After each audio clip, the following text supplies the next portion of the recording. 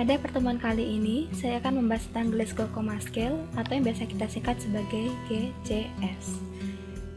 Nah, ada 4 poin yang akan saya bahas di sini. Yang pertama adalah tentang definisinya, perkembangan GCS, indikasi pemeriksaan, serta prosedur pemeriksaannya. Yang pertama adalah definisi. GCS merupakan salah satu skala yang digunakan untuk menilai tingkat kesadaran pasien. Di sini, GCS dapat digunakan untuk menentukan apakah pasien berada dalam kondisi yang koma atau tidak, dengan cara menilai respon pasien terhadap rangsangan yang kita berikan. Pemeriksaan GCS ini dibuat dengan sederhana agar tenaga kesehatan di semua tingkatan pelayanan kesehatan dapat menggunakannya tanpa perlu mengikuti pelatihan khusus.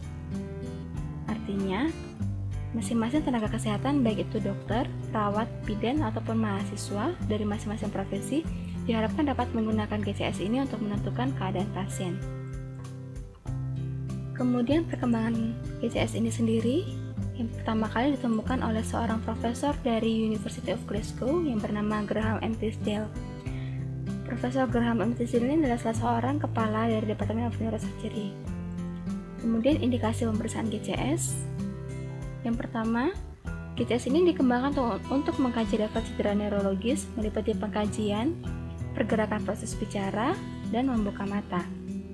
Cedera kepala dapat diklasifikasikan dengan 3 jenis. Yang pertama adalah severe atau berat, dengan skor GCS kurang dari sama dengan 8. Kemudian moderate atau sedang, dengan nilai GCS 9-12. Kemudian mild atau ringan dengan nilai GCS di atas 13. Pengkajian neurologis ini dapat digunakan untuk menentukan prognosis pasien. Dapat diartikan misalnya dengan semakin baik GCS pasien, maka diharapkan prognosis pasien itu semakin bagus. Kemudian yang kedua adalah kemampuan pasien untuk mempertahankan jalan nafas sendiri. Artinya, apabila nilai GCS pasien semakin rendah atau semakin jelek, maka pasien ditakutkan dapat mengalami gangguan untuk mempertahankan jalan nafasnya secara mandiri. Kemudian, GCS ini juga dapat digunakan untuk mencegah perbedaan makna antara kesadaran dan tingkatan koma. Kemudian, selanjutnya adalah komponen GCS. Ada 3, yaitu respon membuka mata, respon verbal, dan motorik. Selanjutnya akan saya jelaskan dengan prosedurnya. Saat melakukan pengkajian GCS, ada 4 hal yang harus kita lakukan. Yang pertama, pastikan cek pasien tidak menggunakan obat-obatan sedatif atau alkohol yang dapat mempengaruhi status kesadaran pasien. Yang kedua, observasi, stimulasi, dan hitung rate-nya. Saat pasien membuka mata secara spontan, maka saat itu kita dapat memberikan skor 4. Apabila pada saat kita datang dan pasien tidak dapat membuka mata secara spontan, maka mungkin kita perlu memberikan rangsangan berupa suara dengan cara memanggil nama pasien. Dan bila saat itu dia membuka mata, maka kita dapat memberikan skor 3.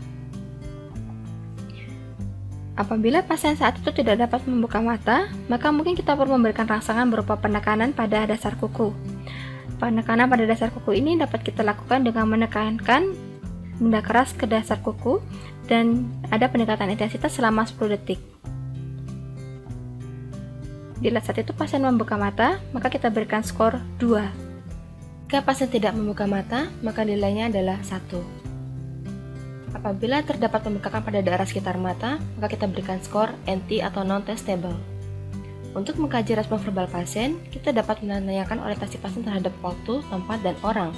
Kita menanyakannya, dan apabila pasien menjawabnya dengan benar, maka skornya adalah 5. Bila pasien tidak mampu menjawab salah satu pertanyaan, dan dia dapat menyelesaikan satu kalimat, maka skornya adalah 4. Apabila dia hanya dapat mengucapkan kata dan tidak dapat membentuk suatu kalimat, maka kita berikan skor 3. Tapi apabila pasien hanya mengerang dan tidak dapat mengucapkan kata, kita berikan skor 2. Dan skor 1 apabila dia tidak memberikan respon berupa rangsangan verbal. Jika terdapat alat bantu nafas yang dapat mengganggu pengeluaran suara oleh pasien, misalnya pasien menggunakan endotracheal tube atau tracheostomy, maka pasien kita berikan skor NT atau non-testable. Untuk mengkaji respon motorik pasien, kita dapat memberikan 2 perintah sederhana padanya.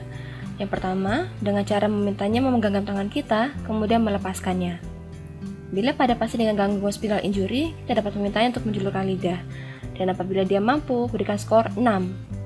Pada pasien yang tidak dapat menggerakkan tangannya, kita bisa meminta untuk menjulurkan lidah. Pada pasien yang tidak dapat memberikan respon terhadap perintah kita, maka harus kita berikan stimulus yang lebih kuat agar dia dapat memberikan respon. Dengan cara lain, kita juga dapat melakukan penekanan pada sistem saraf pusat. Caranya yaitu dengan melakukan penekanan pada bahu pasien dengan menggunakan dua jari kita. Penekanan ini awalnya dilakukan dengan lembut di sekitar bahu pasien, lalu lakukan dengan kuat intensitasnya selama 10 detik, sampai pasien dapat menunjukkan respon yang paling baik yang dapat dia berikan. Lokasi penekanan berikutnya adalah pada supraorbital notch. Stimulasi ini diberikan apabila pasien tidak dapat menunjukkan gejala-gejala lokalisasi pada area yang tadi kita tekan pada daerah bahu.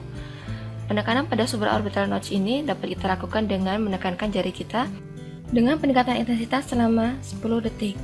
Amati perubahan pada pasien sampai pasien dapat menunjukkan respon terbaiknya pada rangsangan yang kita berikan. Stimulasi tersebut dapat kita lepaskan apabila pasien telah menunjukkan responnya. Tindakan ini tidak boleh dilakukan pada pasien dengan cedera pada fasial dan pada daerah sekitar alis.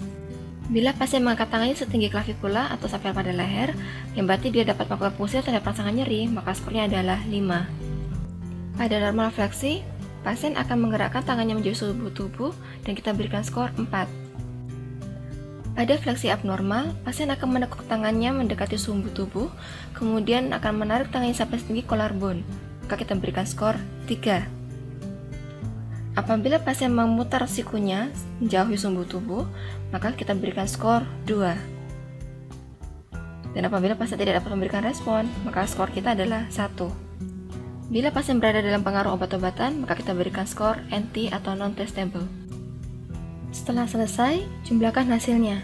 Skor maksimal ICS adalah 4, 5, dan 6, kita jumlahkan menjadi 15, dan skor minimalnya adalah 1, 1, 1 sama dengan 3.